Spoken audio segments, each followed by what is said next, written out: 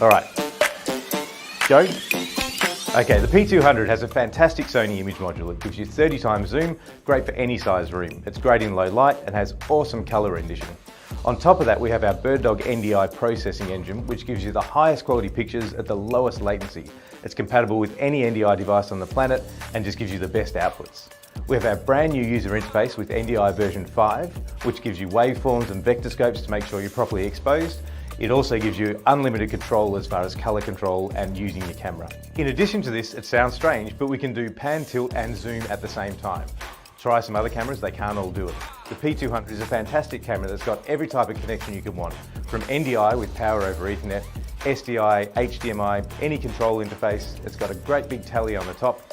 It's a really great camera. How to do with the time? And the cool thing is, for a limited time, if you buy 3 P200s, you get a free PTZ controller.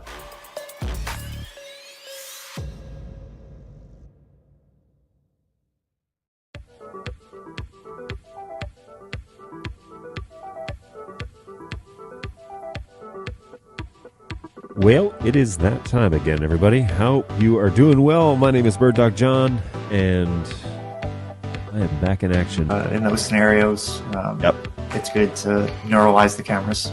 You guys know that best. Very straightforward. Plug it in, go to the web UI, link the source, walk away. You know, like super simple. I keep looking over at the chat, and I keep seeing you are full of it. Tasty, spicy meat snacks. Covered in flavor.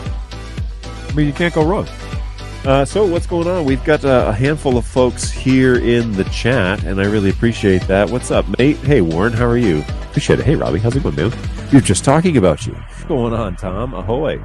How is it going? What's going on, GoWeb? Good to see you again. Thanks for hanging out with us again today. Appreciate that. Feel like I'm in this video more than anyone but John. It's true, NetApp. You are, I'm going to cut this up and put this in the next intro.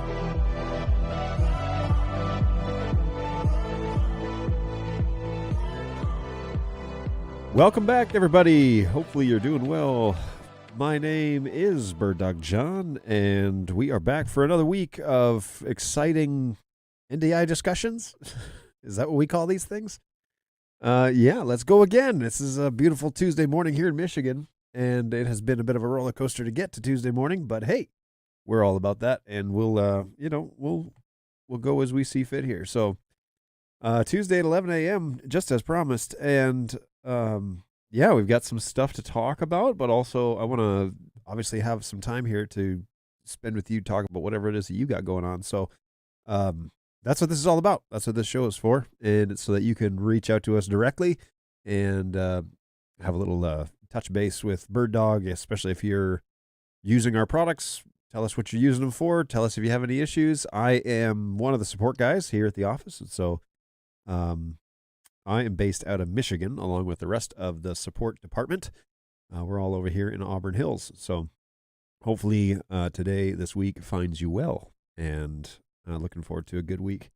Now, some program changes, not really program changes for you, but for me, I am doing some traveling on Thursday afternoon, and so I will make every effort to be back with you on Thursday morning, but probably for a shortened show, probably for an hour, and then I got to jet out of here for the weekend because I'm flying down to Florida to be a part of a conference that's going on down there with some folks that I know. So I'll try and bring some photos or whatever of that event the following week, but just FYI, I will personally be out of the office on Friday. So just a heads up there. I know you're all wanting to know my schedule, but that's at least what's on my brain these days. So yeah, we'll try and do Thursday's show, and if for some reason I have to cancel it, you know why. But yeah, there you go. Silas is a big fan of the playlist in the pre-show, and I actually agree with him that I there was one song in there that I didn't really care for, which I removed off the playlist after it was done because I tend to do that. I like load them in there and then I remove them. So I should probably save that playlist now that I've done that. But anyway, so yeah, Silas is a big fan apparently. A Facebook user, I believe his name is Joshua, says, I don't know why this 305 EPP is news. And we're going to get into that. And we're going to talk about the GS305 EPP, which I have here in the office. had a little chance to work with it this weekend, so I wanna give you guys an update on that. And I said on Thursday that I might attempt to do that, and I was able to. So gave it a run for its money, see what it could do, and yeah, I'll report on that probably in about 10 minutes. Rune says hi from the Netherlands. Hey, how's it going? Thanks for stopping by. I believe you've been on the show. I believe you've messaged us on the show once before, so welcome back. Good to see you. Hey, Brian, what's going on? Good morning. NetHav is here. Of course. NetHav, good to see you. Thanks for hanging out. Good evening. So you're over in Stockholm, Sweden, are you? Good evening. Hopefully you've had a good day. And this gives me Sonic vibes. Yes, I completely agree. So are we going to talk about Silicon 2 beta that came out? Why? Why do you want to talk about that? I don't understand. Is that news for you? Yeah, we can talk about that. That's fine if you'd like. Yeah, so there was a beta launch. I don't know if it was Monday or late last week, or I think it was this week, I guess. Anyways, they launched the beta for the first iteration. This is the public preview beta for the first iteration of Silicon 2. And it includes the SRT and the HX modes inside the camera. Now, full disclosure, I haven't had a lot of time to play around with it.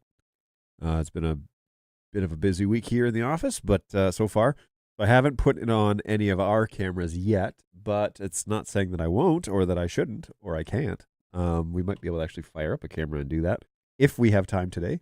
Might attempt to do that. So we'll see what that looks like. Hey, I'm glad to hear that you got to use the 305 EPP. I'm ready to hear what you thought.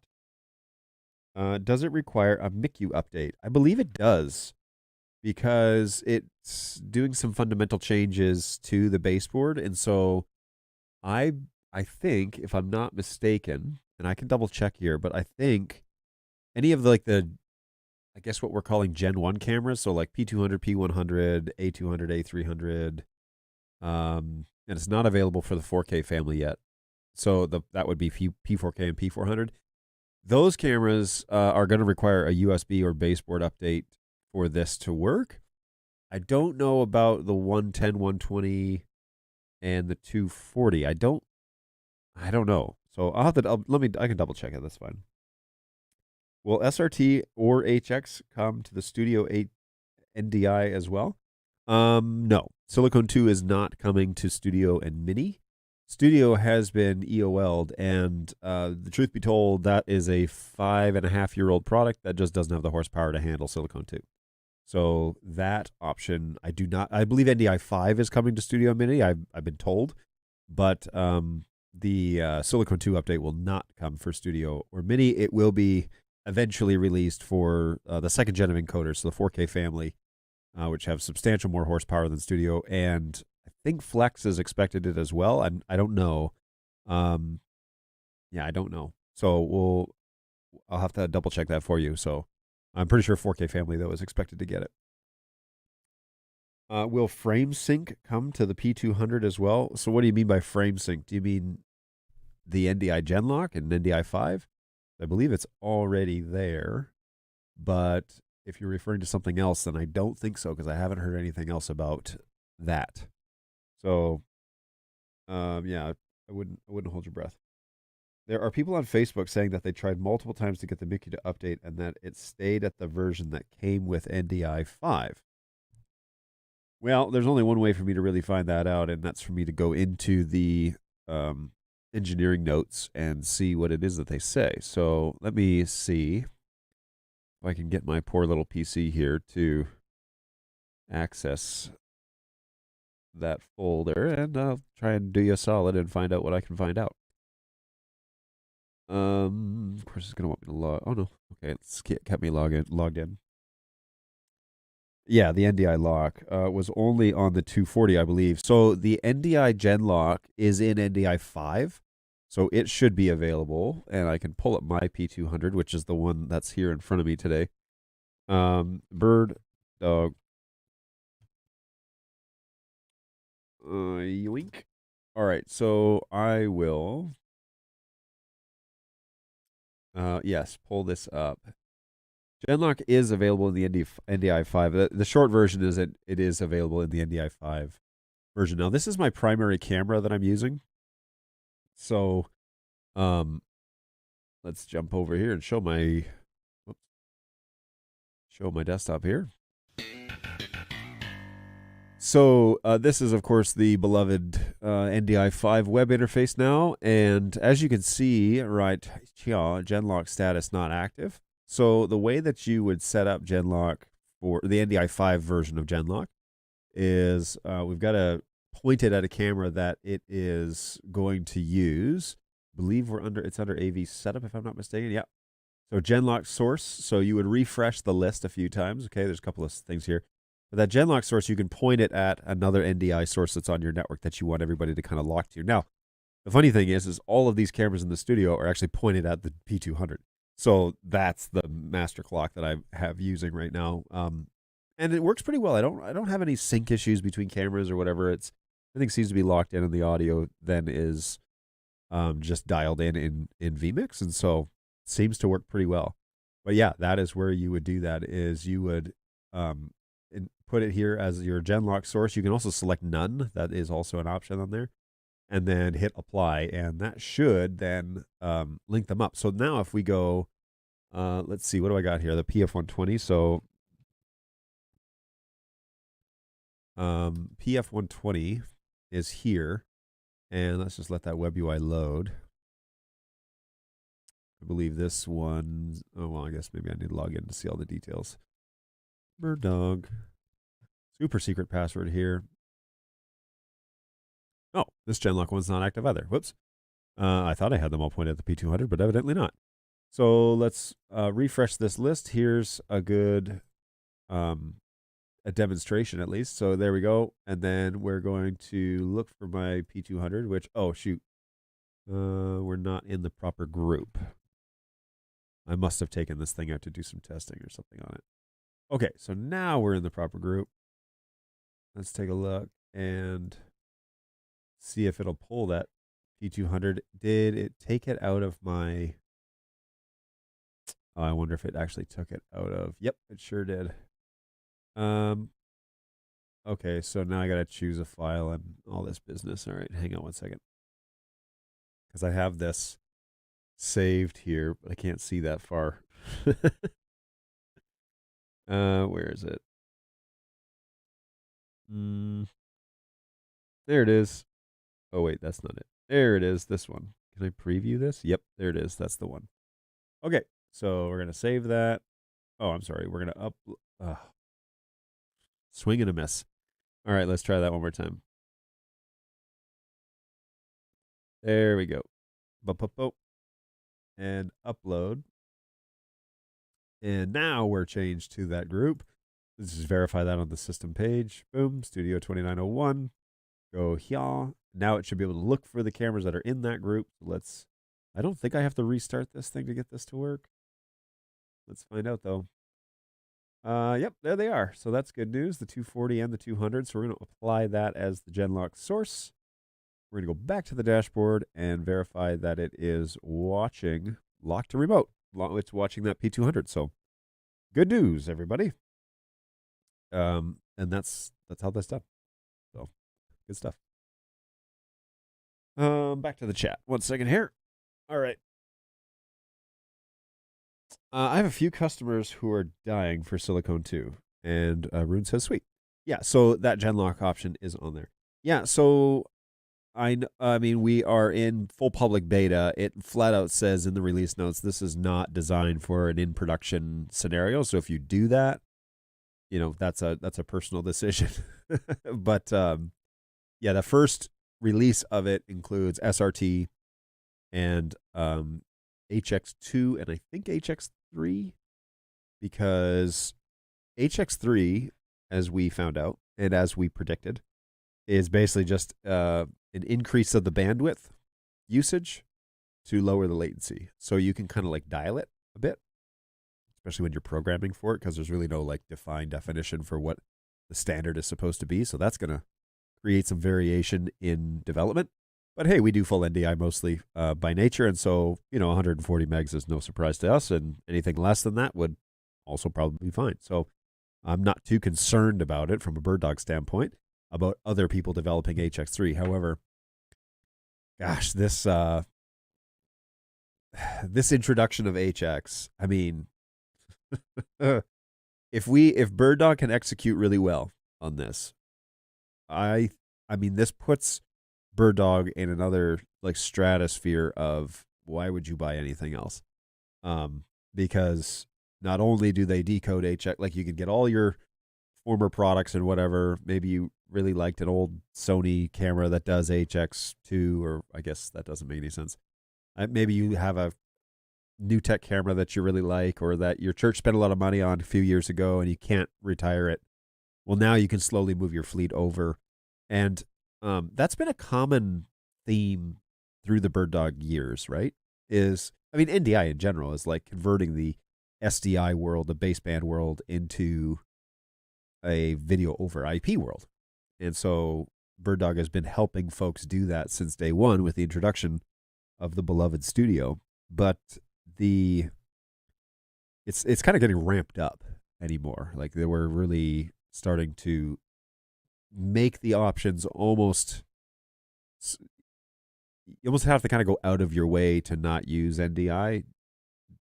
I still know of some holdouts that say, oh, well, latency is still something that's super important to me and what have you. And I totally get that you can't compromise at all. If there's a better option and money is no object, then fine. But normally money is an object, and it's something that we have to consider. And when you look at the differences between video options running SDI throughout an entire building or running a network, which is super cheap to run Cat6 cable especially on a new install. It's very inexpensive. It's probably one of the least expensive cable runs you can purchase in a new install because it's pennies on the dollar compared to what it used to be, first of all. And then SDI is such a particular expensive copper run that, you might consider compromising on the 3 or 4 frames, after it gets out of your network and all this stuff, the 2 frames on NDI and then the rest of it, whatever your network reiterates. But I don't know. It seems to be the way of the world. And I'm really excited about OG4. If that ends up being what we think it's going to end up doing for people, and then if we are bringing people over and offering the option to do not only the highest quality NDI protocol, but then HX. One of the things that HX, and I hate to say this, but one of the flexibilities of HX that full NDI doesn't have is the ability to run on pretty basic like wireless setups. And I don't recommend HX over full NDI because you're going to introduce a bunch of latency and a few things. But if you have no options, and the only option is to get a camera and send it across that way, then bird dog is starting to play with that option, and being able to, so I don't have more than 100 I don't have more than 100 megs available, to send these 2 cameras from the stage back to the booth. Well, okay, well, that's probably where HX, if you don't care about timing, that's probably where HX is going to come into play. So, thinking like crowd shots, I'm thinking like, B-roll, all that sort of thing. Yeah, by all means. But the stuff that matters, like people talking and it being synchronized with their voices and audio and all that, hands down, there's still only one way to go. But Silas, the biggest things that I've seen is people having existing HX hardware they don't want to replace, or they have a poor network. That's exactly that's the use case. No, that's exactly right. It's like when you can drive the race car around the racetrack, but at some point you have to like drive it on the regular roads to take it back to your garage, right? So there's a use case for it all. And like I try and be pretty middle of the road with some of this stuff. People are fanboys for vMix or or Wirecast or OBS or TriCaster, and they have their camps, and they can't think about like anything different, or they can't see. My mentality with a lot of that is there is a place for it. There is a place for it not to be as well, but there is a place for most things, and where HX falls has its advantages and disadvantages. Where full NDI falls has its advantages, but also its heavy requirements, which perhaps people would consider disadvantages, or existing infrastructure, which is kind of the game that we're in. We're converting that old school infrastructure to talk with the rest of the data world. And I think the benefits vastly outweigh the costs and the and any sort of disadvantages any sort of like latency disadvantages or whatever that you think that you're going to have. So yeah, that seems to be the way of it. And man, I'm just watching the NDI landscape. I was talking to my crew today about this and just thinking like I don't know for sure. I really don't. But we had Dan on the show prior to last year ending, before the new year. And I pitched my little, my conspiracy theory about it seems like NDI is trying to figure out the audio game now. And his words were, you're not too far off. Which, I mean, that's kind of big for me, but it's also very interesting to watch the landscape that if we can make NDI as competitive as possible, the sky's the limits in terms of converting the world over from these old school architectures to, like Silas says, converting older systems over to the newer standards. And gosh, it's like we're right at the beginning. This is really the genesis of a lot of it. So it's crazy.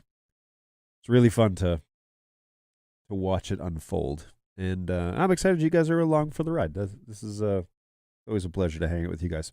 Okay, so we need to talk about the GS305EPP. Last week on Thursday, I had the GS and we walked through the web interface. I had the GS305. This model is the EPP. There's also an EP version, which is 63 watts. This is 120 watts. It's a 5-port PoE Plus managed switch, and I hoped that I was helping the congregation I work with on Sundays, helping them with stream on Sunday, and I was going to run it. I was going to produce the show. So I decided, okay, well, this is an opportunity for me to take this little managed switch that on paper seems to be able to hold its own. We tested things here on a couple of cameras with about it's this guy right here. This is like a 4 or 6 foot little jumper. Yeah, so this little Ethernet cable, it's 10 feet. And so we plugged this into a 4250. Then I plugged in a P100 and a P200 to it and brought those into Studio Monitor at full value. At first at proxy, but then at full value. And, it seemed to hold its own. So I thought, all right, well, that's intriguing. I'm not going to go as far as to say you should definitely buy it, but I thought that's interesting that at least it is seeming to be able to do a couple of streams. They're both running at about 120, 130 megs. Let's put this to the test.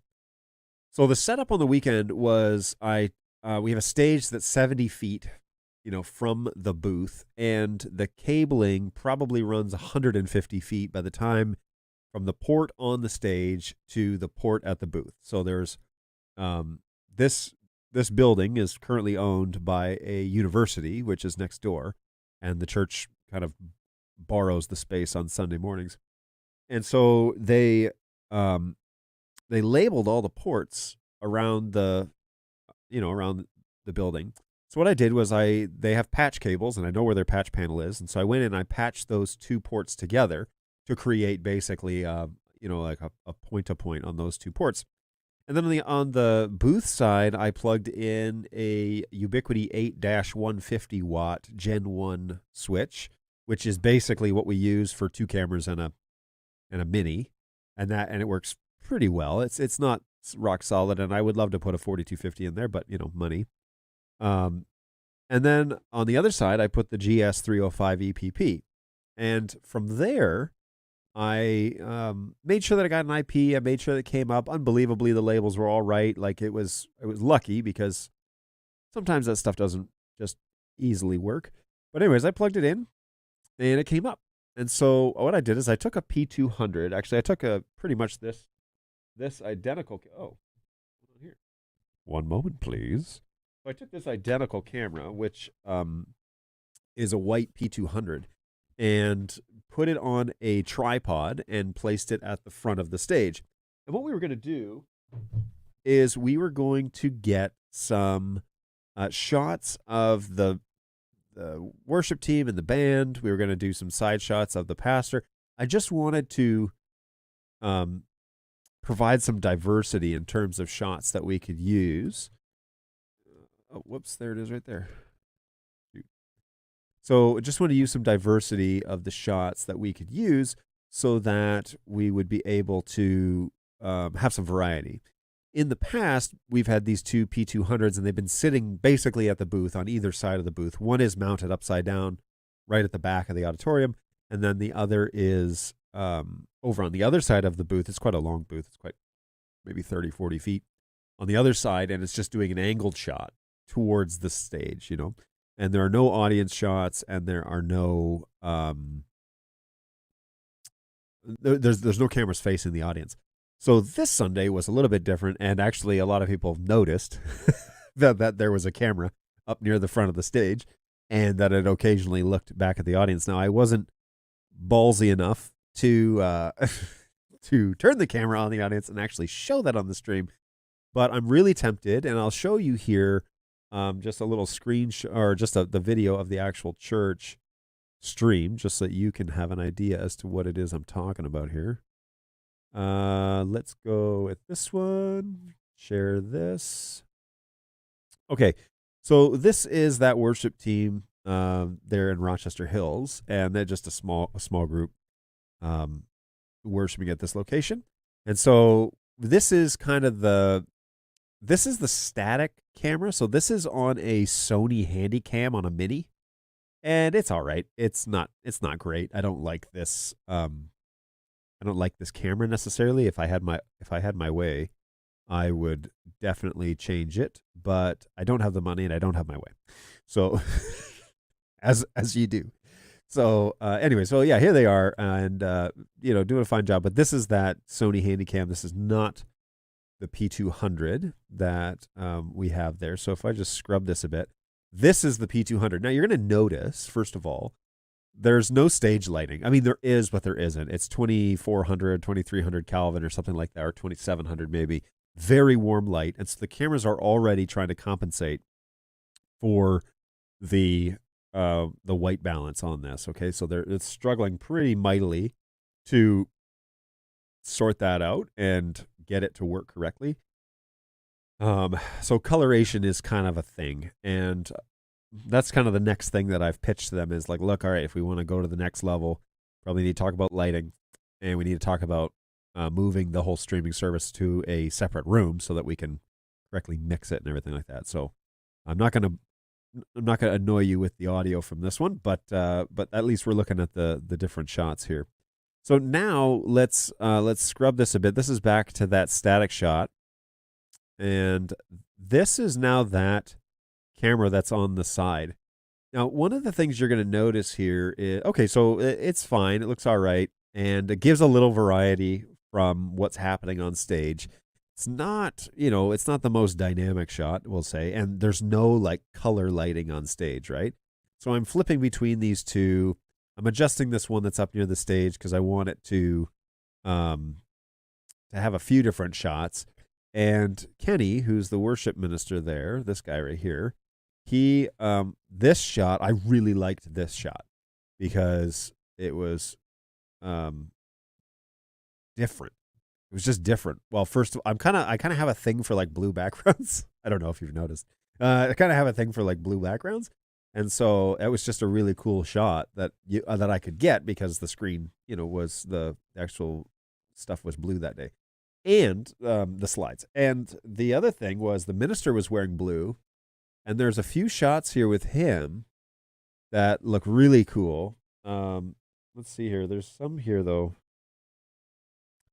It's just like it's a shot that we haven't had before. And so he, a side profile shot is not super flattering, first of all, but it is a different perspective, and it's something else it's like a different way to look at it. So we would go from this shot, and this looks like it's the P200 at the back of the auditorium, to that side shot. Now, if you're going to have a camera on the side of the stage like this, you also probably need to have one mounted.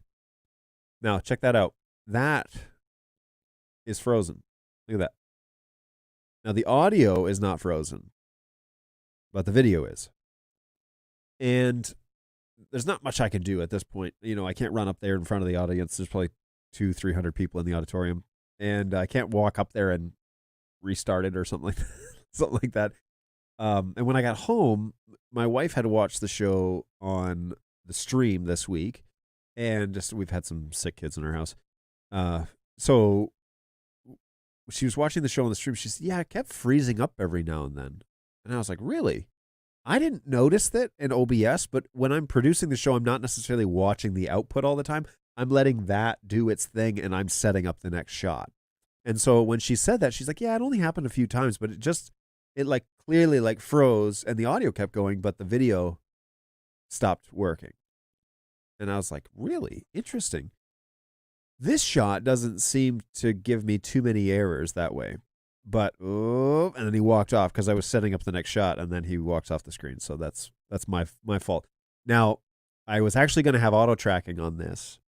And then I opened that computer and said, your organization requires you to change your password, which it's my own policy, but I couldn't log into that computer. So I had to do everything manually. And I definitely dropped the ball a couple of times in terms of following and making sure I was on it. And so this was a better one. But it's not auto tracking, which I prefer using cam control for that. Anyways, so that secondary shot is helpful, especially when he stands at the actual, the music stand. Then it gives me a diversity shot that I can use that's different. That's definitely a different shot than what we're used to. And when I got home, my wife was like, I noticed that you changed up the camera angles today. I didn't tell her that's what I was doing. And I said, yeah, we tried something new to try and get that, try and make that happen. Here's the problem. The problem is this little switch could not handle a 150-foot run at 140 megs. That entire third angle, that third shot, is entirely running at proxy. It's running at 6 megs. And it seems to be okay, but kind of struggling a bit. And I don't necessarily say that it's it's not all the fault of. Oh, this is also an interesting. I need to talk to this sound guy about. Oh, I took it off here. Anyways, this thing could not do 140 megs consistently. When I put it at full value, it was dropping frames like every second. And it might be the cable run. It might be, but I highly doubt it. And the reason why I doubt it is because when I switched it to proxy, it was pretty smooth and very responsive. Like the control was instant. Everything was good.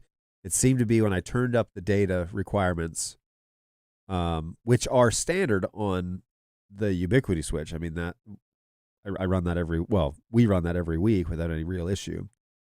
When I changed it, it was at that greater distance, and I was running it through the GS305EPP. It was powering it adequately, but not able to actually process the packets and get them across the wire in time. And my next test the next time I'm on, which I don't know when that is. I'm sure if I volunteered, they'd happily schedule me. Happily scheduling me because we're short on guys that can do this. I want to put a 4250 in there, and I have a few of those here in the office. All of them are being used, but I could pull one for a Sunday on a Friday afternoon, and see if that makes any difference, because I'm betting it will. And if it doesn't, then I'll eat my words and I'll give you another update. But I don't, knowing what I know of the tech specs on this thing, I don't really recommend it for what I did. It seemed here on the 4250 with a 10-foot jumper cable, it seemed to be acceptable. It seemed to be like at least I could get away with one device. If I needed an extra port, I could throw that down for $100. But I definitely wouldn't recommend it to somebody at a church to install it or as a switch. If it's just something that's local, maybe. And I think, Matthias, that's how you were using it. So just as a run and gun, and it's right there on the desk, and it plugs into my computer on a 6-foot, it plugs into my cameras on a 10-foot or a 20-foot, maybe you'd be all right. But like through an architecture, through a patch panel, in a real world scenario where it's like we need a network port up there. Now, the next thing I might do is bypass this little switch and just plug the camera in directly to the wall port, because it's plugged into a switch that's providing PoE power. So maybe that's the next test, is just to see if the Ubiquiti can handle it from there. The point was to test out the 305. It was unusable it was one stream and it was unusable. But when I switched it to proxy, which you could probably tell by the quality of that stream, when that angle was switched to proxy, it worked just fine. And so like it worked pretty consistent. Now, we had these massive frame drops where it seemed like the buffers were overloading on the Ubiquiti switch, or maybe on the GOS, or the GS305, the GS305. Maybe that's what was going on. Maybe there's a buffer on there that was overloading and dumping all the packets. But it wasn't really a performance level thing that I would ever be confident telling somebody, unless somebody tells me you did it wrong. Here's how I do it. It always works every time. I'm happy to try it again, but I just, I monkeyed with it. I set it up for probably 45 minutes, tested it out, got back to the booth, started moving the camera. I was like, whoa, something's not right here. Because I'd just taken the camera off of the table and it was fully functional and working just fine. Took it up to the front of the auditorium, started having all these issues. Switched it to proxy inside of our switching software, which is just OBS Studio, by the way, and it cleaned up no problem. But OBS has no issue with it when it's at the booth, and so it's like, well, it's probably not the software then. Seems to be either the distance or that little tiny switch that's in between. So it's fascinating. But anyways, can I reproduce this in a lab? So I set it up here, but I don't have, do I have a 100-footer? I might have a 100-footer cable. Oh no, we're using it right now for something else. I could make the cable and set it up and test it out again and make a ridiculously long run. The problem is that it goes through a couple of patch panels, so I'd have to do that too. Anyways, potentially. But I look, I don't know. I don't like, it just seems to me like it's a little, it's maybe just, it's almost there, but it's not there for like performance level video. That's what I'm getting at here. Is seems to be on paper, it seems to be all right, and we know of a dozen switches where on paper it seems to. The Cisco 2960 on paper, it should run NDI all day long, and it has multiple flaws that are well documented. So yeah, the not everything is as the marketing department say they are, and you kind of get what you pay for sub $100, like $110 or something like that. So I see the stuttering and lock. Oh, sorry, Jeremy says, "Hey, it sounds like you need a new streaming service." Yeah, probably. I see the stuttering and lock a bit. I find that running the vMix input set with the checkbox set to low latency stops any stuttering if you have the issues with speeds and drops. You're on OBS. I don't run the system on OBS, so I can't test OBS, and your CPU can do. Yeah, so, well, the low. Oh, yeah, okay. Low latency. Yeah, it seemed like, I was doing low bandwidth and inside OBS, and it ran fine for the most part, with the exception of those major drops. It ran as I would expect it to, but obviously at a very low resolution. And so 6 megs was not a problem. 140 megs was. And, you hate to find out if you loaded it up. This thing has 4 PoE plus ports. So if you load it up, you just have problems all day long. I'd be curious to see if putting the Unify on the stage and the EPP at the booth, what it would do. Oh, that's an interesting idea. I need the ports on the Ubiquity because it brings in like internet and it does a few things. But yeah, that's an interesting idea. I'm wondering if it's just a solid run to the stage. Just make the Ubiquity run it and cut out the 305. Maybe it can't drive so long of a cable. I think that's a very valid estimation. I meant low bandwidth in vMix. Yeah, so low bandwidth, that's how I fix it. That's how I fixed it. Was I ran it in low bandwidth, and that seemed to tidy things up. But obviously the quality is not what I was hoping it would be. Topic discussion maybe for another show. We just moved our church to a new school location, no access to house network, so we will have to make our own. Ooh, that's exciting. The options are endless. Depends on where you want to put cameras, what you want to do with them.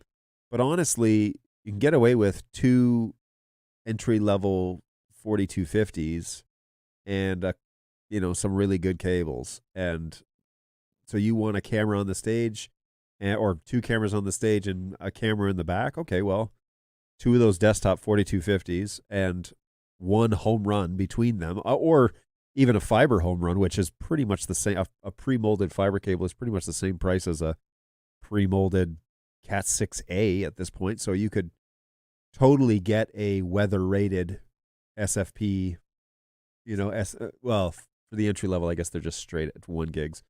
But for 2 cameras, that's enough, right? And so you could trunk that line. You could do dual. Oh man, I mean, if budget is no object, you could do dual fiber LC mods, SFP connections between those 2 4250 desktops and trunk those together so you get 2 gigs. And then you can put whatever you want on stage. You can even siphon off stuff you're doing Dante into the different profiles, and then bring it all back to the booth and split it off wherever you need it at that point. So yeah, there's lots of options. The dreaming's mentality is always good, but yeah, bring it, Jeremy. I have it set up like that on a 50-foot direct from UMD Pro 4 to a 16-port Ubiquity to the GS305EPP direct-to camera. I ran it last night as I'm setting up for another test, and I aimed the cameras at my TV in the living room for live video, and that's how I had it set up. It ran fine for hours and got rid of the stutter. 3 cameras and a board on the GS. Interesting. Also could be related to Triple E. I believe that's off on, because I've set up this guy. You can actually log in and manipulate some of that stuff. So I had turned off the Triple E stuff. I need to get video from the auditorium gym to the front lobby. Need to get video to the parent room and the nursery. I was looking at the Bird Dog Play, but would have to run massive lengths of network to run that all around. Any thoughts?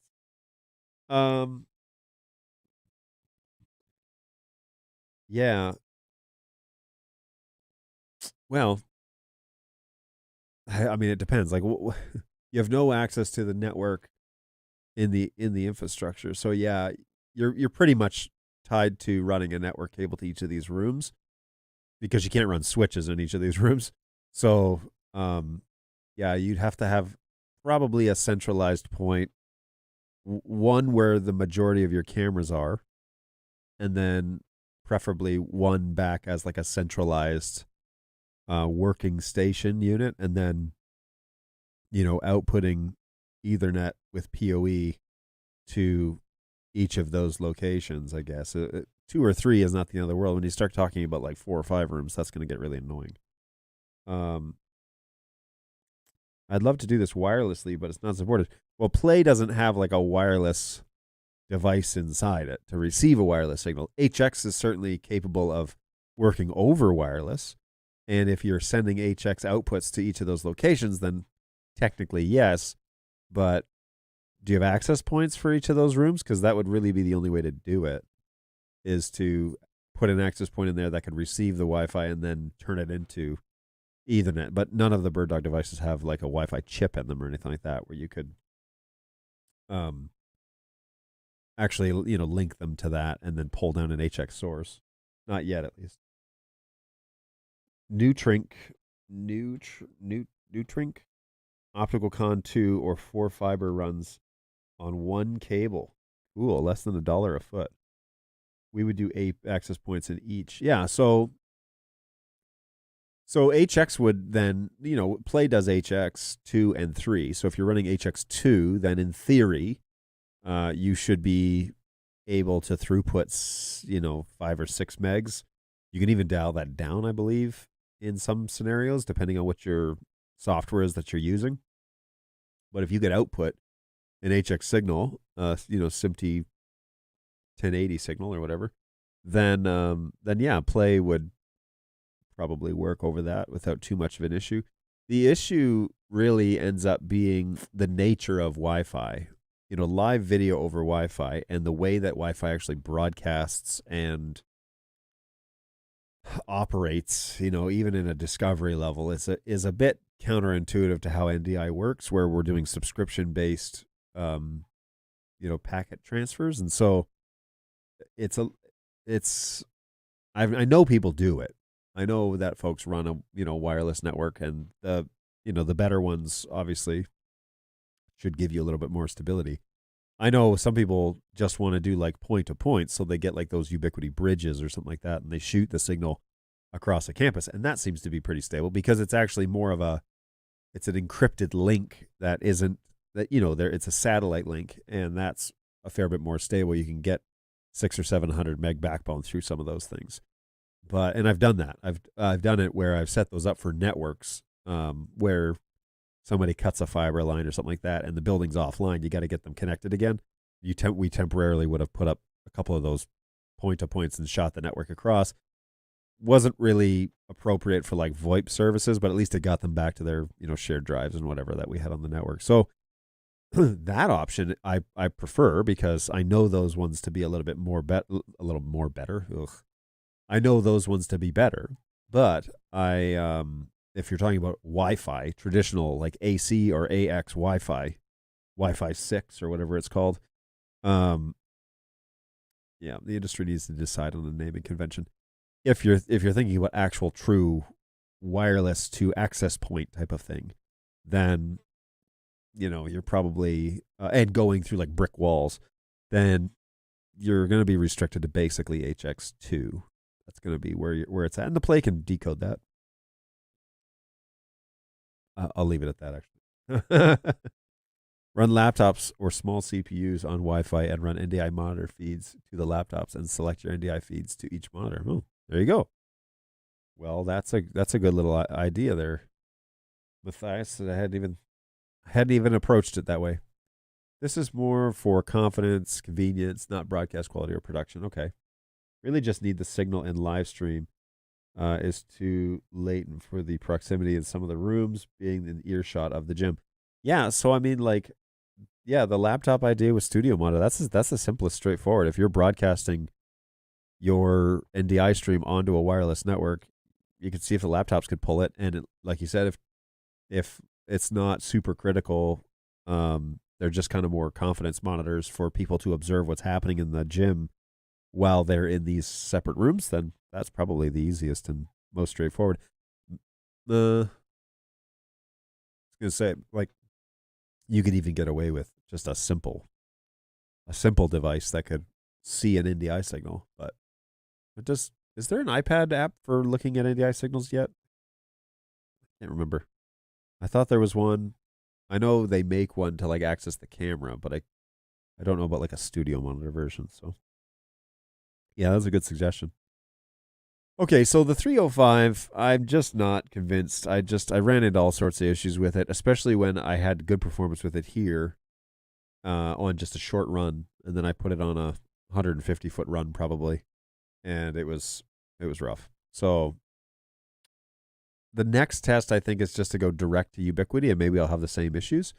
Or the last test is to run a home run and not go through the building. I guess that's the last way of doing it. But you have to tape down a wire. It's got to run through the auditorium. It's never appealing. People don't like that.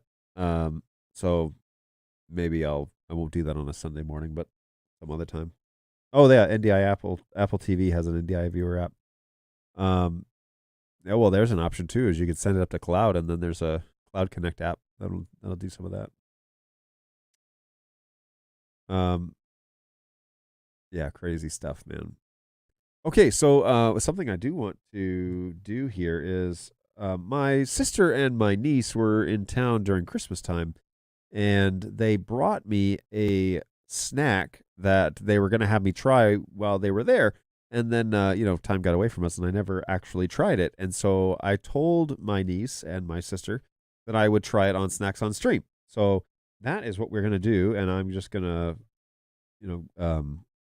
we're going to give this a go, and we're going to have to Google Translate some of this because there's very little English. So we'll get to that next. John's just making up stuff to start drama. Look, I don't know. Look at him. Wish me luck, folks. It's my first Vegemite experience.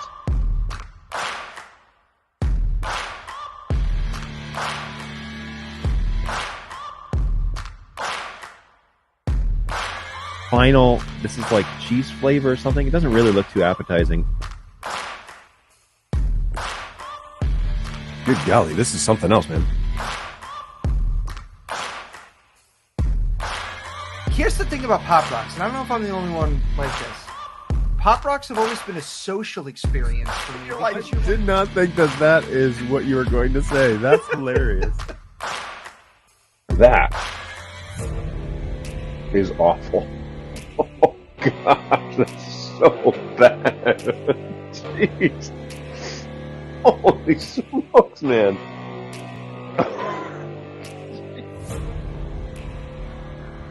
Yep, it's that time again. Snacks on Stream, everybody. Hopefully you're ready to go with it here because I have no idea what I'm getting into. This is the bag of, I think they're like potato strips or something, but they look spicy. They have a picture of a pepper on them, so maybe that's something. But there's a whole lot of writing on here that I have no idea what it says. So we are going to take a picture, and oh boy, it struggled to translate that. I think seaweed is in the wordage there. You can see seaweed and caramucci flavored. And it says, just try our yummy, spicy caramucho and hill spicy. The one thing that does say that is English is it says, hey. Oh, I'm sorry. Hey, what's up? Hey, what's up? Oh, wait, this is all out of, okay. It says, hey, what's up? Another long day? Just try our yummy, spicy caramucho and say hi. What? What is it? What does it mean? This says most addictive is what that says up here. This says seaweed. And this, I think, just says flavor. But, yeah, there's not a whole lot on here. Caramucho makes you excited, it says. What do they mean by that? What do they mean it makes me excited? A little concerned about this bag of chips, to be honest with you. I don't know what it is that we have gotten ourselves into, but I guess we're going to give it a try and see how it goes. So, if I can open it. What the? Is this like a prank or something? it's sealed for life. Holy smokes! All right, so we're just gonna tear the bag then. I'm not gonna open it like a traditional bag of chips, I guess. Wowzers, that was embarrassing. Okay. Whew. Smells like burning. All right, so, so far, strike one. I have no idea if my sister and niece eat this, but yeah, here you go. Definitely smells like burning. Mm. Mm. Okay. Not bad.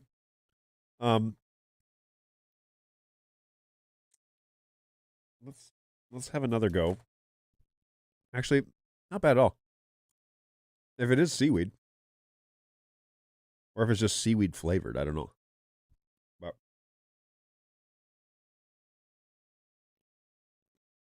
yeah, okay. Hmm. Well, all right. I'm gonna admit it's not spicy. Like it's not.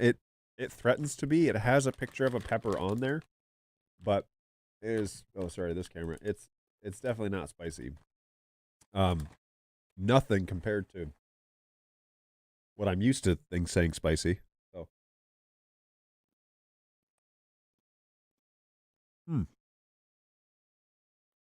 not bad though. Kind of like a hint of, kind of like a barbecue, but not really. It's more of like a dry potato chip with just a little bit of spice on it. I don't know. I don't know what. I don't not like it. I think it tastes good. Probably eat the whole bag, but yeah, it's a. Does anybody ever remember there was a product? It was it Canadian though? I think it was Canadian. Yes, it's Canadian. So there was a product in Canada which you can buy on Amazon, evidently, made by Lay's potato chips, and it was called Hickory Sticks. Anybody know what I'm talking about? This, Hickory Sticks. They were just like they were a half-size bag of this, and here we go. Yeah, and we had these in Canada. Oh, made by Hostess, apparently. Maybe it's the same company. Hickory flavored potato sticks. Once you start consuming hickory sticks, you can't stop. Nothing else like it. Where is the manufacturer? That's what I want to see. I want to see, like, this is a terrible picture. You can get a 15 pack for $30. Oh my word. It's just like a bag of chips is all it is. But yeah, yikes.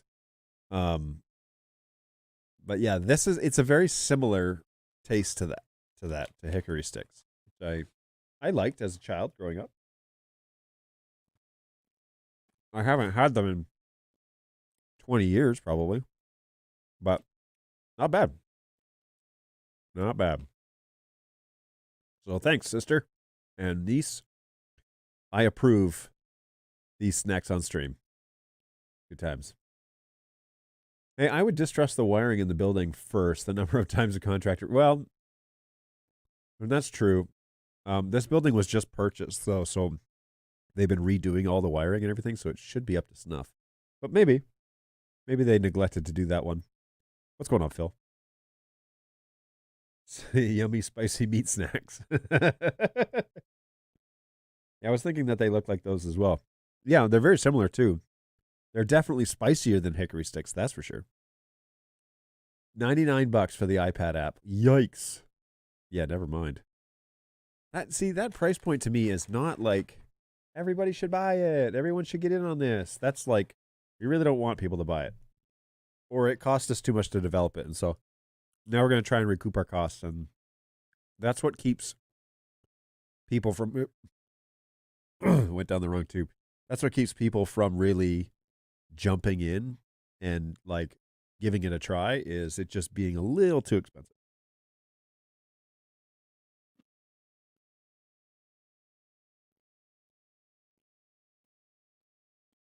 That, I think, is the difference with the Play, is that it's such an inexpensive decoder. It's not the fastest decoder, but it is one, if probably the cheapest decoder in the NDI world. So, the upside to the iOS TV app is you only buy it once and you can run it on unlimited devices. Ooh, well, that's cool. That I did not know. So that is a good upside for sure. Especially because it's just a decoder, right?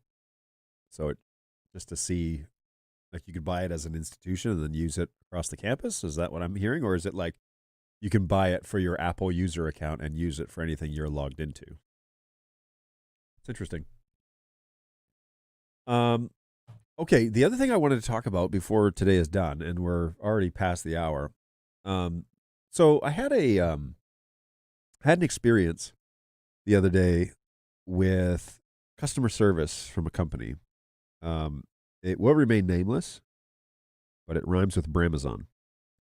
And the experience was I went to their customer service stuff, and, well, the story goes like this. I was driving down the road behind an Amazon truck whose doors were open, and packages had been were flying out of the truck. Not kidding. So I stopped and picked them up, and I thought, I'll contact Amazon and tell them, hey, the dude that's delivering to my neighborhood was driving down the road with his doors open and the side doors on his van. And when he took a corner, some packages fell out. I have them here at my house. Please come and pick them up and deliver them to whoever it needs to be delivered to. So I looked at the options for support, and I decided here's an opportunity for me to learn how big corporations do, what they think is acceptable for support. So I went on to their chat service, and at first it was like, please tell me, it was clearly AI. Please tell me, what your problem is. And so I kept hitting like something else, because it was like my package wasn't delivered or hasn't arrived on time or something. So none of them were packages flying out of the truck, and I picked them up. So eventually I got to like something else. So it was like, all right, let us connect you with somebody who can help you. And then I was connected to a customer service agent. I didn't get their name. Priya. Priya joined the chat. So then they said, hi, I'm Priya. I'm here to help you. I just have been connected now. How are you doing? How may I help you today? I said, I just watched an Amazon truck drive down the road with its doors open with packages flying out. I stopped and I picked them up. They are here at my house now. Priya responds, please help me with the order ID so that I can assist you accordingly to the best possible way. So I said, okay, do you want the TBA numbers? And Priya said, yes, please. I said, great, here they are. Gave the 2 TBA numbers off the boxes. Priya said, okay, give me a few minutes to look up this order. Came back. Sunday, January 8th at 10:06 a.m. from Pontiac, U.S. Packages are out for delivery. I said, yes, I know that they're out for delivery. The truck had its doors open, and a package flew out of the driver's doors, and the driver needs to be contacted and told to come and get them. Priya says, please wait until today, and you will receive your package on time. To which I said, no. I picked these up off the road. Priya responds, please allow me a couple more minutes to check this out. I said, the delivery driver had his doors open. These packages are not for me. When the driver was driving his van, the doors were open and the packages were flying out of his vehicle. I stopped and picked them up. Priya responds, I understand your concern. Sunday, January 8th at 10:06 p.m. or a.m., Pontiac, U.S., your package is out for delivery. But your status is out for delivery. Nope, I said. because these packages are for someone else because they flew out of the van. I stopped and I got them off the road before other cars ran them over. Priya responds, I sincerely apologize that you haven't received your package. Most packages that are late show up shortly after their estimated delivery date. If your package still hasn't arrived by the expected delivery date of Sunday, January 8th, 2023, please contact us through the link below, and we'll be happy to provide you with a refund or replacement. I wrote back, are you even reading my messages? These are not for me. They responded, in this case, it seems that I need to arrange a phone call. The specialist team may provide you with details accordingly to your order. Hence, could you please supply me with a phone number to contact you directly?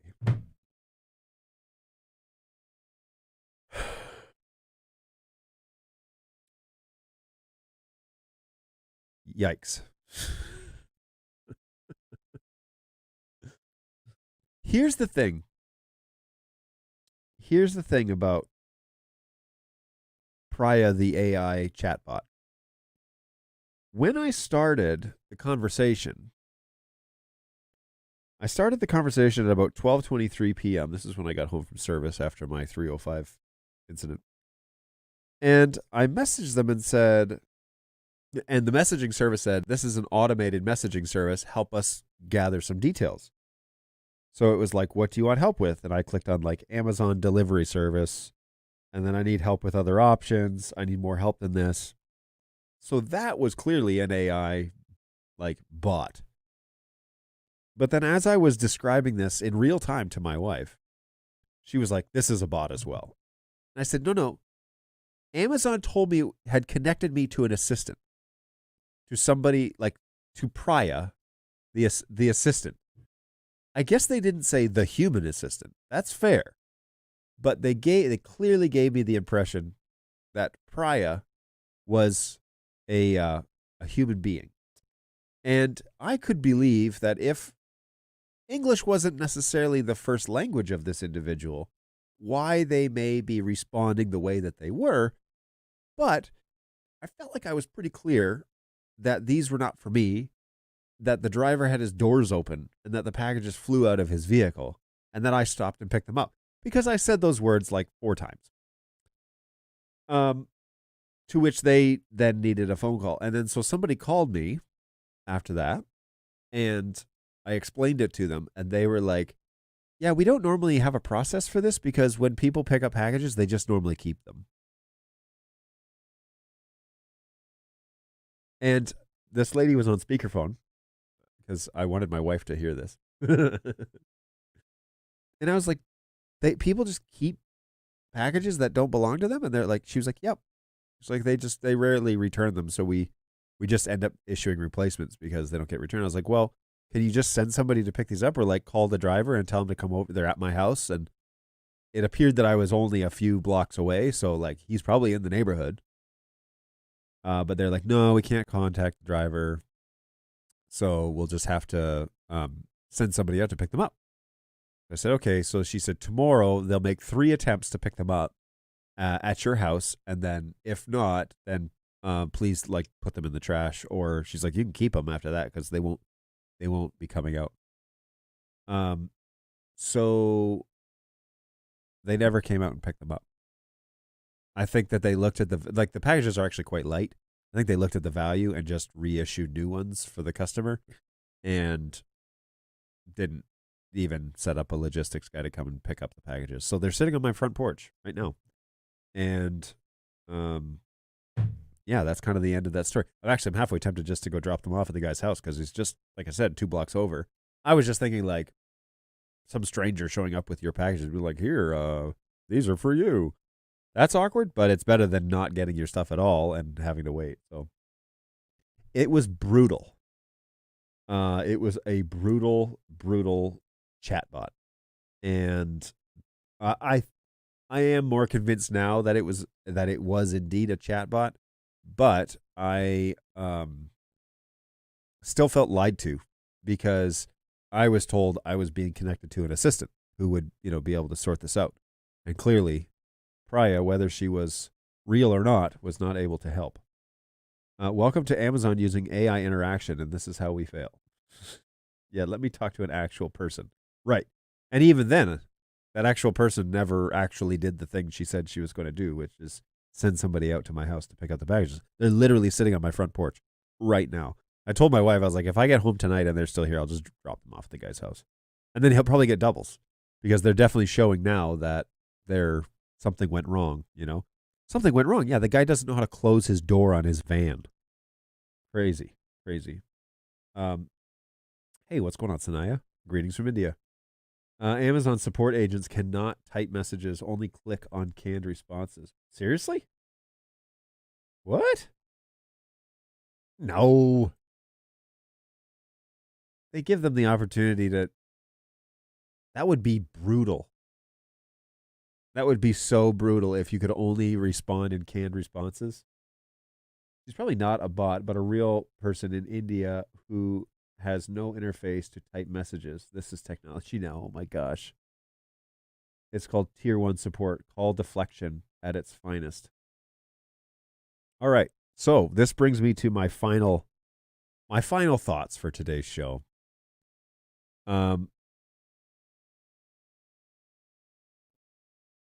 I have to be extremely careful about what we want Bird Dog support to be, right? Because there's so much garbage out in this world and so much terrible support. And we really don't want that to be us. Like, I don't want my name associated with that sort of stuff. The Bird Dog name or my own personal name. I don't want to be known as somebody who gives crap support. And I don't want to be in charge of a department that gives that type of support. That was a terrible experience. You should probably be able to like communicate with somebody. If it's over a chat, scale your fleet so you can handle a chat. But if you can't scale to handle a chat, don't enable it. And this has been a philosophy and something that I've been going back and forth with my company with about before we turn on the thing, let's be sure that we can handle whatever it is that we're going to promise people we're going to do. Because, we commonly get frustrations from folks. It's like, well, why can't we call you? It's like, well, for a few reasons. First of all, we don't have people sitting in the office 24/7 waiting to take phone calls. Matter of fact, the way that we're structured is the tickets go to agents and they handle them here in the office or at home or on the road, or we give them that flexibility. And so that's not even really worked into their job description to like sit around and wait for phone calls, which means that we would need to scale and we need to hire people to handle the phones if that's something we want to like genuinely do and do really well. We could turn on the phone system, and to some degree we do have a way to call, but the abundance of evidence that I have so far indicates that phone support is the most desired from a customer, but the least effective. And I did some research on this when this was proposed. It's been proposed for about a year now, just internally. But I did some research on other companies who offer phone support in a technical fashion and how successful it is with actually resolving cases before they become cases. And the probability that a case is going to be resolved over the phone with a technical instance like what we do is like 10%. So you spend time for a 1 in 10 chance that you're going to resolve this issue. Now, email ticketing support is not highly desired. It's clearly not as highly as desired as a phone service. However, its success rate is in the 90s for comparable companies like ours. And I think, if I'm going to have a limited support team, then we need to put our resources where we're going to have the maximum amount of resolution. And so I'm happy to hire agents to answer tickets and then host a couple of hours every week online to answer burning fire questions and that sort of thing. But to invest a lot of time and energy into training people to handle phone support when really our products don't adhere to phone support And it's more so just well, this is what I expect type of mentality. Now, you know, it's a great paradox, because there are companies, for example, that refuse to sell a product that doesn't have somebody you can call. But what they're wanting there really is somebody who they can call, who can support the product, but also sell them more products, also talk to them about future products, also talk to them about product design, about installation design, talk to them about like all of this stuff, not just support. And so really, and the caveat with that is they only want one phone number. They don't want a support phone number. They don't want a sales number. They don't want to, they don't want a whole bunch of avenues. They want one place to call for all of their things. And that's a very different structure internally than what it is that we currently have. And so folks that want that usually get paired with a sales engineer who have some support background and do a good job with the questions they get, but also have the ability to line up sales and talk about installations and that sort of thing. But those guys are limited too, and they actually only have 24 hours in the day, and they're not supposed to be working all of those hours every day. So again, it becomes kind of a paradox. And the question still remains, how does the customer get what they want but not a result? Or does the customer not get what they want but get a result? Which is it? And it's like, well, there's a happy medium in there somewhere. It's like, well, not really, because you have to offer a channel. And I would prefer to not do everything. It's like a Swiss Army knife. It's like it does everything but kind of poorly. Like it's not just a knife, or it's not just a can opener, or it's not just a whatever you have in those ridiculous knives. But like it's kind of an everything. It's a catch-all, but it's all like there's kind of compromises and everything, and it just doesn't work very well. Well, the opposite is true. Is like, well, you can have a really nice hunting knife, but it's not a can opener. Well, I guess you could force it, but it's not everything either. It's not a jack of all trades. And the idea is that you have to invest in a philosophy and then tell people this is the way we approach it and this is what we do. And so, my support team, I think we offer probably the best support in the NDI world. I don't know of a company that does it better than us. And that's just me patting myself on the back, I think. But I don't know of another service where they offer the technical support at our level on a daily basis. You submit a ticket today and you'll probably hear within a day or two, and the conversation will then be ongoing. But it's, I seriously refuse to turn into a support department that has a book of answers, a binder of answers. And it's like, okay, turn to the studio section. Okay, turn to the video tab and then respond with these canned responses. Like, that's going to frustrate people to no end. And I had a customer just the other day that told my lead agent, told Senseless, we were frustrated no end. We'd kind of given up on this whole NDI thing. Definitely given up on Bird Dog. Definitely given up on making this happen. And the level of attention to detail and the not letting it go until this was resolved for us turned this whole thing around. And now we're looking at, okay, we know that the people we bought it from were bollocks, but the Bird Dog guys are available and can help, and this is how it's done, and we can trust them to do it. And that's the sort of support I want to continue to grow out. But you have to choose. And I think that is, people get frustrated because it's not their preference as to what type of support we offer, but it is the most effective for the size of the team we have. And my agents don't necessarily specialize. They kind of like cover everything right now, and maybe we should.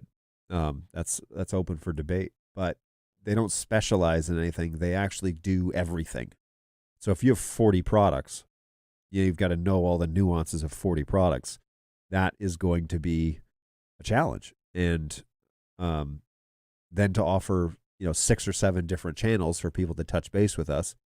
Like, you know what? Let's do one thing really well first. Instead of trying to do 20 things poorly, let's do one thing extremely well. And we've finally gotten the team We've got 3 agents again. We had 3 agents in the past and lost a couple and had to rebuild all that. We have our 3 ticketing agents again. We finally kind of have our teeth sunk in enough to where we're making positive strides, managing the tickets, managing the customers, expectations and delivering on promises and that sort of thing. We're there again. We're approaching, at the very least, we're approaching that expectation, if not already there. And so I had this experience with Amazon on Sunday, and I generally love Amazon. They're usually great. But the reason I love Amazon is that they just don't even try.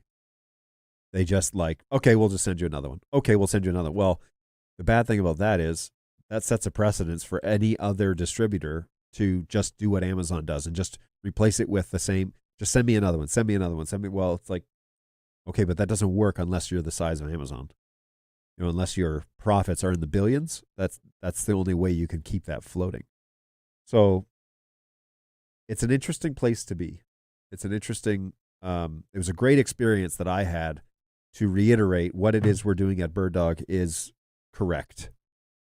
At least what the philosophy we have, what I have when it comes to support. This is the approach we need to go for, and we need to help people understand this is why. And so I have no issue talking about it here on the show, because this is why we do the way that we do, because it's sustainable.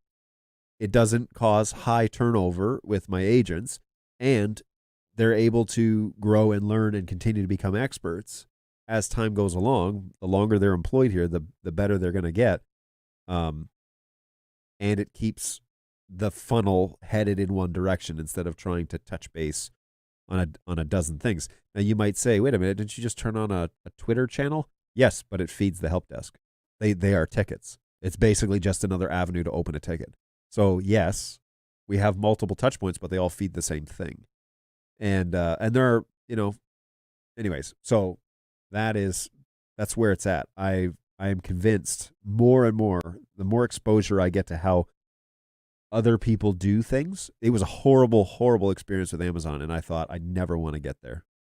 If it becomes this, I need to find a different career, because it was like talking to someone without a soul. And maybe it was a real person and they just didn't care. Or maybe it was a real person and they could only click on canned responses. Or maybe it was a real person and they just didn't understand. They didn't understand that the problem could be something other than my package hasn't arrived yet. But good golly. Oh my word. Yeah, it was so bad. So if Bird Dog gets to that level, I have died in like a fiery car wreck. So you will know. You will know one way or another. You will know. John, are you saying you are a Bird Dog avatar? No, that is not what I'm saying. How about replacement wheels for the office wheelchair? I got an oil filter. I was like, hey, do you want this back? And they were like, nope. Yeah, I've had that happen too. They're like, you know what? You can just keep that. It's like, I don't get it. I do. I mean, I do. Some stuff is just not valuable, and it's like $20. It costs them more to reschedule, have a guy come out, pick it up, take it back to the facility, resort it, send it back out. Like, I understand, but it's just like when you get to a place where it's all mechanisms and there's no living and breathing and caring. It just seems to me like we've sold our souls to the almighty dollar at that point, and it's just kind of like, ugh, that's not something I'm interested in. I used to do business with a web hosting company that had nothing but chatbots for support. They're absolutely atrocious, and I left them as quickly as I could. That's something funny too, because Zoho, which is our CRM backbone, they came out with learn how to provide customer service with chatbots, and I have been like, I looked at it and I thought this seems terrible. This seems like a terrible idea to remove the human element. I can confidently say as of right now that if you come to Bird Dog support at help@birddog.tv, if you contact us and you open a ticket at help@birddog.tv, a human being will respond to you. Now, you will get an automated message saying, here are our hours. Here's the information we could really use to help expedite this process. We will be in touch with you very soon. You will get an automated response. But that also means, congratulations, you opened a ticket successfully. That's what that means. That gives you confirmation you did it right. And someone will be in touch. And then someone will be in touch. I promise you. Someone will be in touch. My guys are, like I said, the best in the NDI industry when it comes to support. The best. The best, Jerry. The best. Name that reference, everybody. Priya is an Indian name, but what happened? What I miss? Oh, just terrible, terrible customer support. It was terrible. If it was a chatbot, it would have been used like a local sounding name. So it was a person. Interesting. A chatbot support would be great. A web chat support would be great. For who? Are you talking about for Bird Dog? Because I just got done saying that sounds like an automated chatbot. You want that? No. No. Stop. In a past life, I worked for a company that sold PBX and call center systems, and I wrote and supported the system running our support department. Is that it? That sounds like not a lot of fun. I used to work for a university IT department doing AV. They were trying to turn everything into that level of canned support. The concept of anything having to happen in real time was just so alien to their sensibilities. I had purchased my 4 Bird Dog Flexes from Amazon US, so there you go. This though. I mean, here's the other thing, right? So real-time support is a different mentality and is almost like a different agent. Like you almost need extroverts to do that.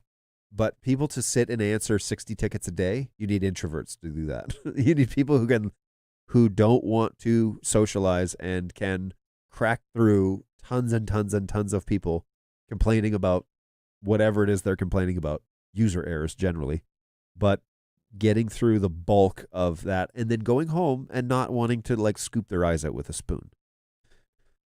That's the type of person you have to hire to do the level of ticketing that comes with having 40 products in the world to support a global market. I mean, you need personalities that can adhere to that sort of thing. So, yeah. Having a chat facility would be useful to get the idea over, or even what Netgear do with... Hang on here. Having a chat facility would be useful to get the idea over, or even what Netgear do with Zoom. But it's not a person? Then you get both introverts and extroverts. Yes. But I don't have endless budgets to just keep hiring tons of people. I'd rather do one thing really, really, really well, which we do. So I would vote that if you're going to provide support, be a human being, because first of all, it's amazing. People expect IT support, especially like help desks, they expect them to be terrible. It's actually, I think, the primary cause why people refuse to put tickets in is because they just assume this is going to be a terrible experience. And then they're pleasantly surprised when it's not. When Clay actually responds, it's like, oh yeah, we've actually seen this before. Here, let me give you some references. John made a video about this. Here it is. I'll provide a link.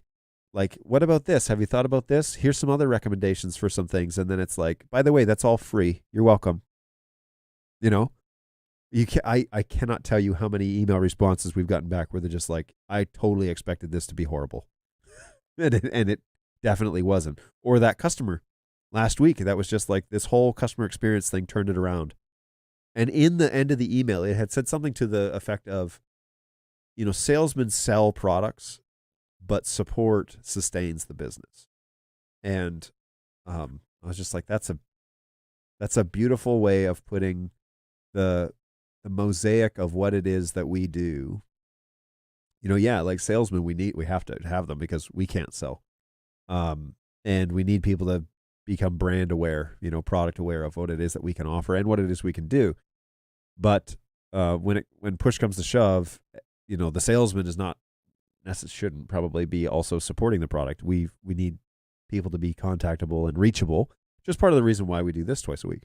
So that we're available. No automated chats. With time, users will figure out how to bypass it and go straight to the human-based support. Well, and that's part of the thing with offering like a phone number is, from what I can tell from the data that I have discovered from other companies, is even if you have more effective systems in place, people do what they prefer and not what's effective. And so you're almost shooting yourself in the foot by providing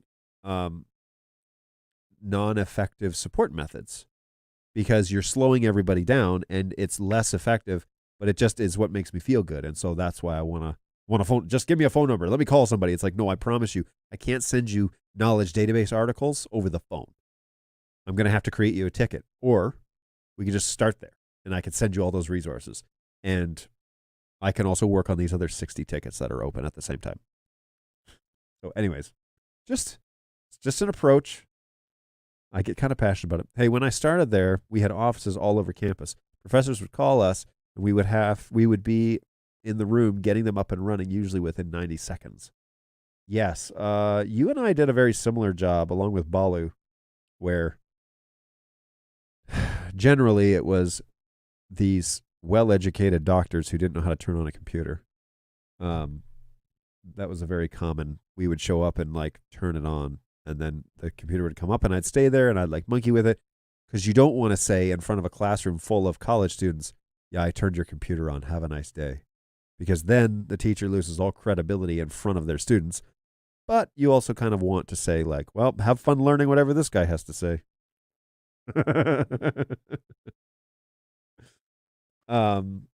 Clearly not teaching computer sciences. Sorry, is that petty? Tier 1 CAN support systems were where the demand was. Oh, I see. Gotcha. +1 Wilton. So later we moved away from support and more into production. There again, everything had to be scheduled perfectly or things would fall apart. No room for showing up late. Yeah. And honestly, that's when I did some AV production stuff at the school that I worked at, and what frustrated me to no end was people would walk in 10 minutes before they were supposed to give a presentation on our weirdly formatted projector and be like, hey, here's my PowerPoint and there's 6 links in there. I need you to download those YouTube videos. It's like, sorry. One time I told somebody, I was like, we're going to try to get this up, but this should have been in like a week ago if you wanted this all formatted correctly for the screen.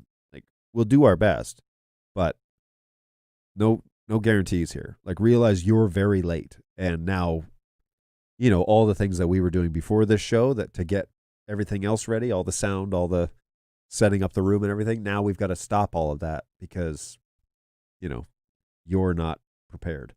Same thing. I mean, we encounter that same thing with ministers or with, you know, professors, with all sorts of folks. It's just last minute. It's like, or you could be prepared and save everybody a lot of heartache and honestly anxiety. But anyways, that's me.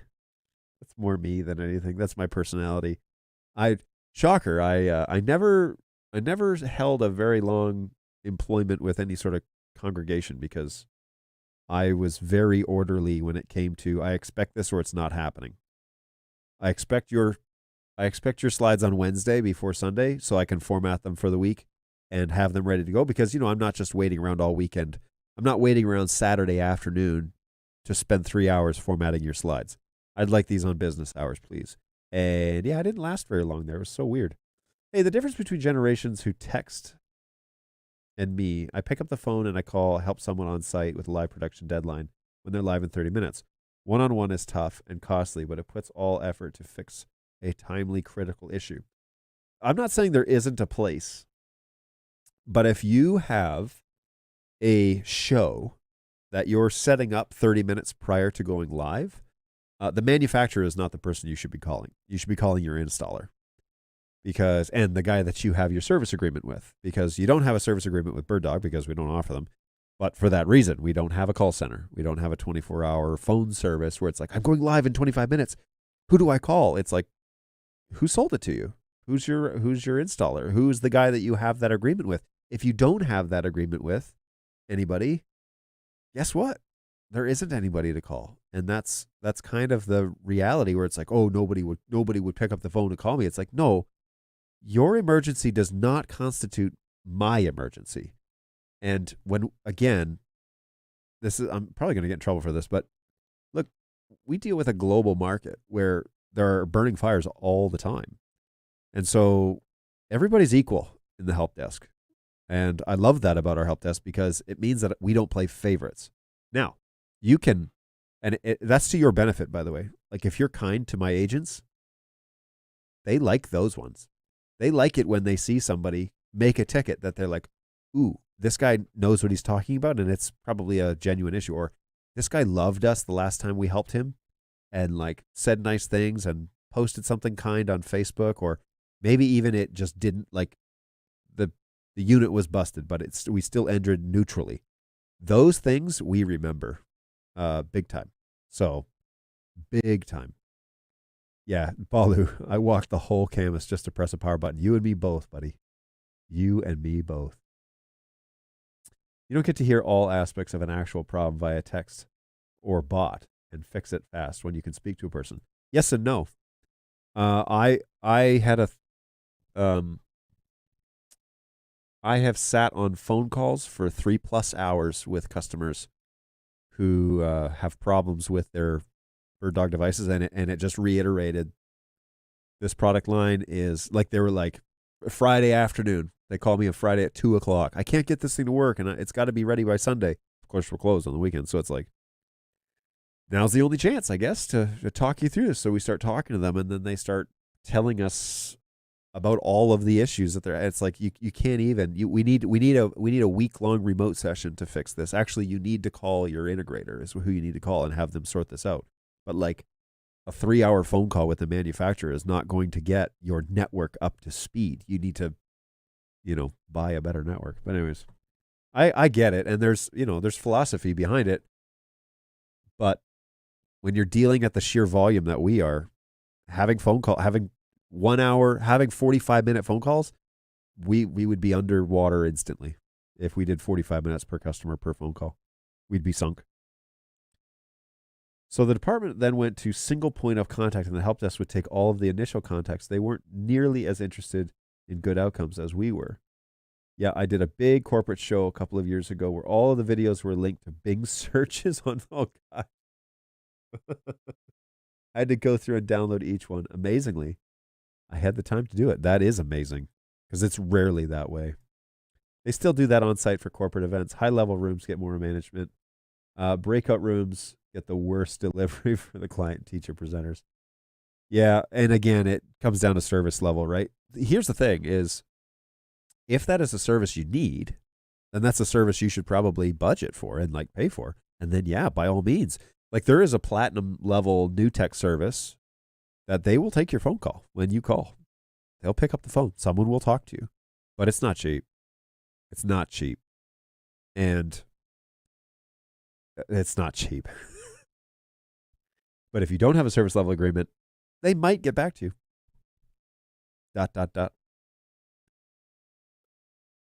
Check before you go on site. Test everything in the warehouse before it ships. Test, test, test. Preach, Phil. Preach. That is the gospel around here. If you're an installer, or I'm going to say it, I'll put it on record. If you're an installer and you are not doing a pre-install check in your warehouse or in your shop prior to shipping to the location, you need to stop your career. Because that should be considered malpractice at that point. Oh yeah, seriously. We need to talk about that, y'all. Because always test. Never go into a site blind. Never be like, I'll just ship it all out there and set it up when I get there. It's like, you don't want to do that in front of the customer. I promise you. I promise you. You want to do that from the safety of your own shop and then drive it out there. What's the most beautiful thing is the customer's there and you show up in the morning, you're like, hey, we're going to install 3 cameras and a keyboard. We'll have you guys up and running. We'll let you know if we have any questions. And then you like take the switch out, you put it in the rack, zip it in, turn it on. You like go and mount the cameras, run the cables, plug them into the switch that's already on, plug in the vMix machine, the computer, turn it on, control things, go into the DHCP reservation list, do the proper NDI stuff, and then at lunch go back and be like, okay, you're all set up. And then they're like, wow, that didn't take you long at all. It's like, well, we did a lot of work before we came out, make sure everything was configured correctly and ready to go for you so that we didn't want to waste your time.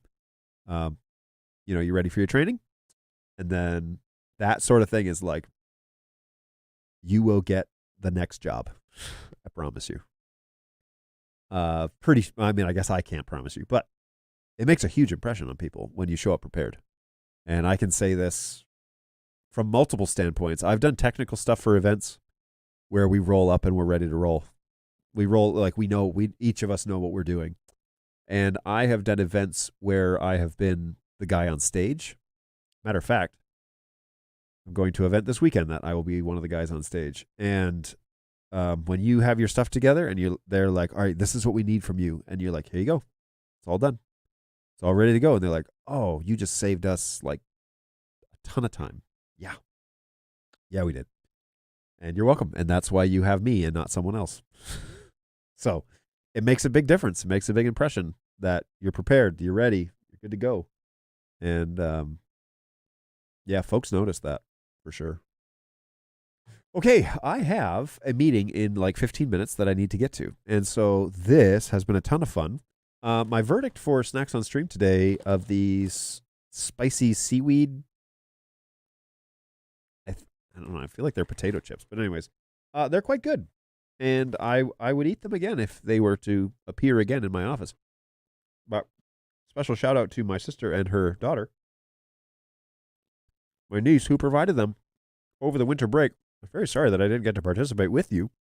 You would, being from Texas, this would be nothing for what from what you're used to. So that is that's all good. Yeah, Matthias, great question. I'm headed to a college age youth conference that I can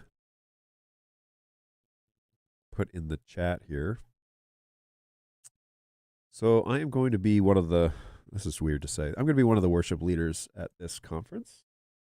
And, I guess I should copy that and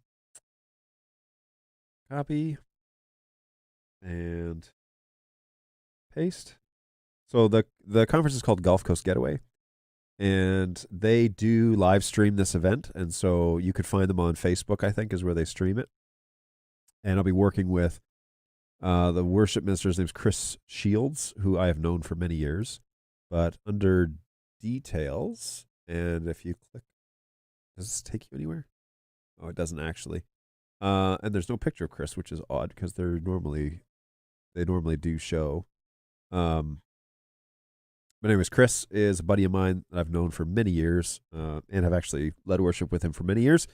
So we will be on stage. So if you watch the show, they do 2 a day. So they do one Friday, 2 on Saturday, and 2 on Sunday. So there are 5 sessions, and there's a morning and an afternoon or an evening one. So it's like, I think it's like 10 or 11 o'clock in the morning Eastern time in Florida, and then it's 7 or 8 or 9 o'clock at night. So they do go late, but it's a really good conference, and it's for college age students, mostly from the southern states. But yeah, we go down there and we'll be hanging out with them. Oh, here we go.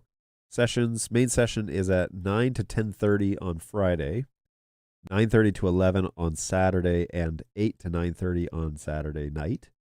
And then 9:30 to 11 on Sunday morning, and 8 to 9:30 on Sunday night. So there are 5 sessions total. It's been a great conference, and we've worked with them for years. We actually had taken a few years off in terms of working with them and hanging out with them. So yeah, GCG, good stuff.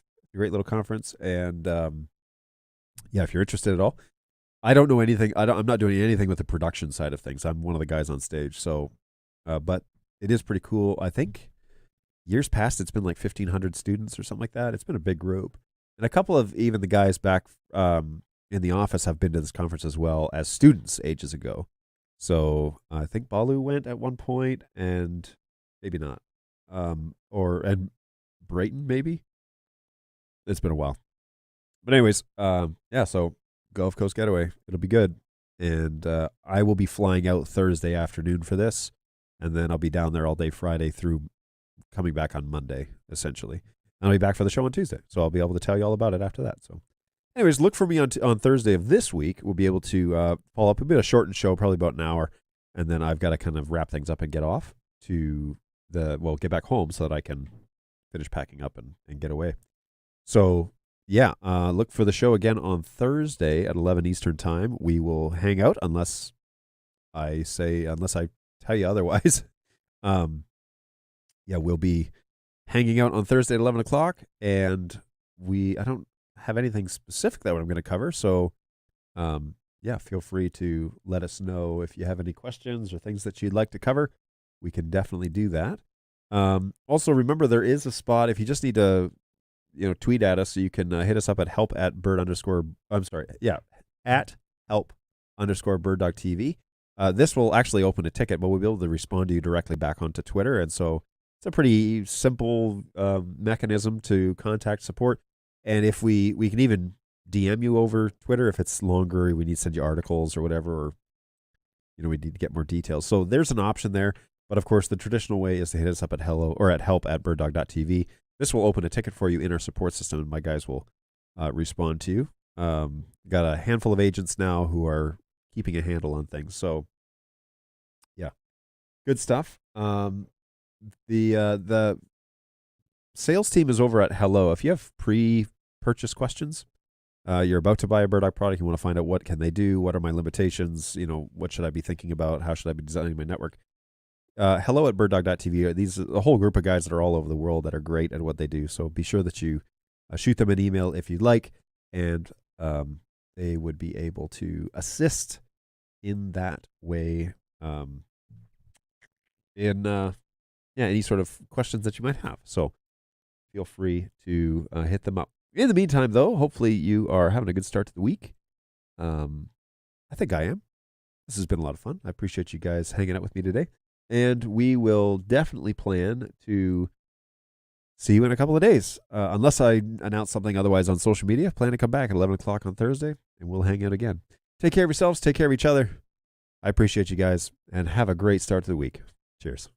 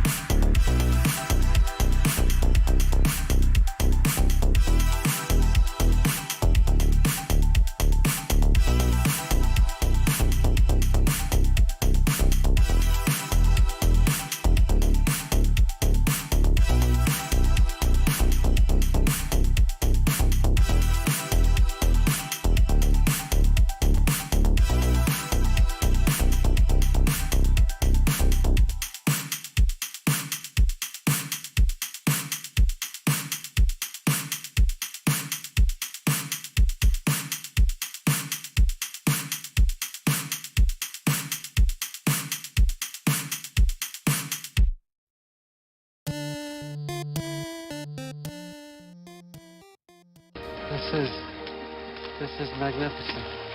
Oh yeah, ooh, that's how it always starts. But then later there's running and screaming.